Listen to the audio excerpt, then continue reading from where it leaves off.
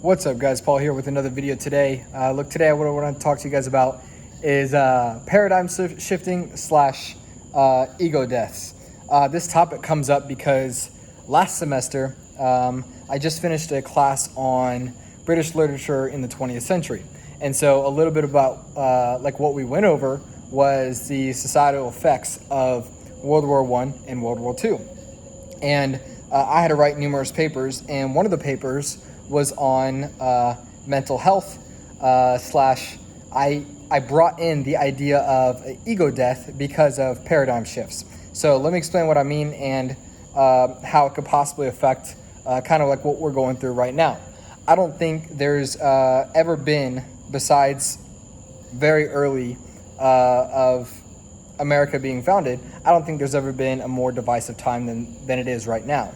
And when I read the books on what happened to Britain and their society after both the wars, they questioned a lot of long-held beliefs. They questioned a lot of what got them there in the first place. Because here's what happens. All of us are born into this world. All of us are taught certain values, certain systems of belief to help us operate in the functioning world. And insofar as they work, they get more solidified within us.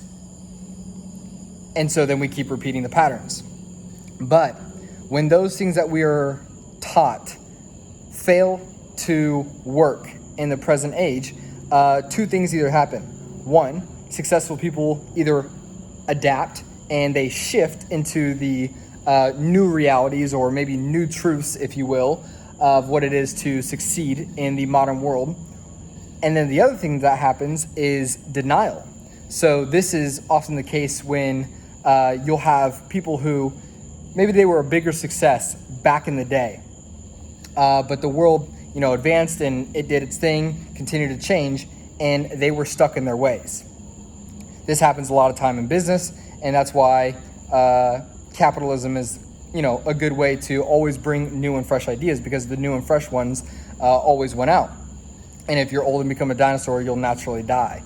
And so when I was thinking about British society, the effects of, man, what would that have been like for me if I lived during that time and I was, born around that time and grew up in that culture, and all I knew was constant war, constant strife. It didn't allow for a lot of prosperity. There was a lot of hurt, a lot of brokenness. If you were religious, you probably would have been going, God, what is going on? People that you loved died. And so, questioning religious beliefs, questioning society's beliefs, society's function, all that stuff happens in a time such as that. And so when I was thinking a little bit about America right now, I'm like, okay, I don't know exactly what is going to happen, but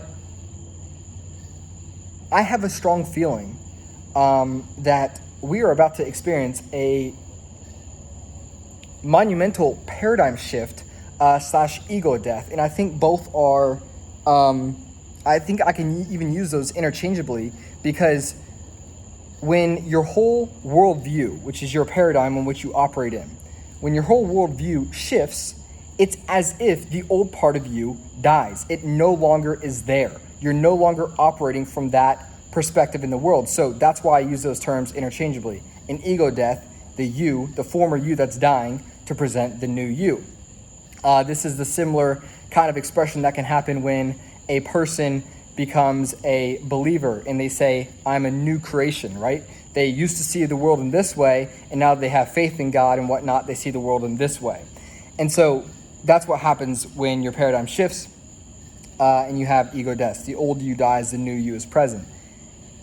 And I have a large suspicion, because of how divisive our culture is right now, I think it's going to end good. I know that there's a lot of people who are pretty pessimistic and they're like, hey, the end of the world is right around the corner. But I think it's going to end good. Why do I think it's going to end good? Because in the short term, although there's always been a lot of pain, for example, going through the wars and whatnot, in the long term, most things end up working out for better. There's a continual progression in that manner. Now, I don't want to be, accused of being too optimistic because, for example, sometimes in our lifetime, we may not live through that. So I can understand how a person would say, well, no, it's not getting better. Paradigms may shift, but it doesn't always mean everything's good. But I have a strong feeling that this is going to end up good, and here's why. When there is a lot of peace or when there's a lot of prosperity in a nation, people kind of get lulled to sleep. They don't try, they don't push, they don't explore as much as they might have whenever it was young or whenever they weren't as wealthy. This is kind of happens in business too. As I was talking about with the businesses that become dinosaurs, they get used to success, so they stop innovating. Thus, new businesses come over and take over.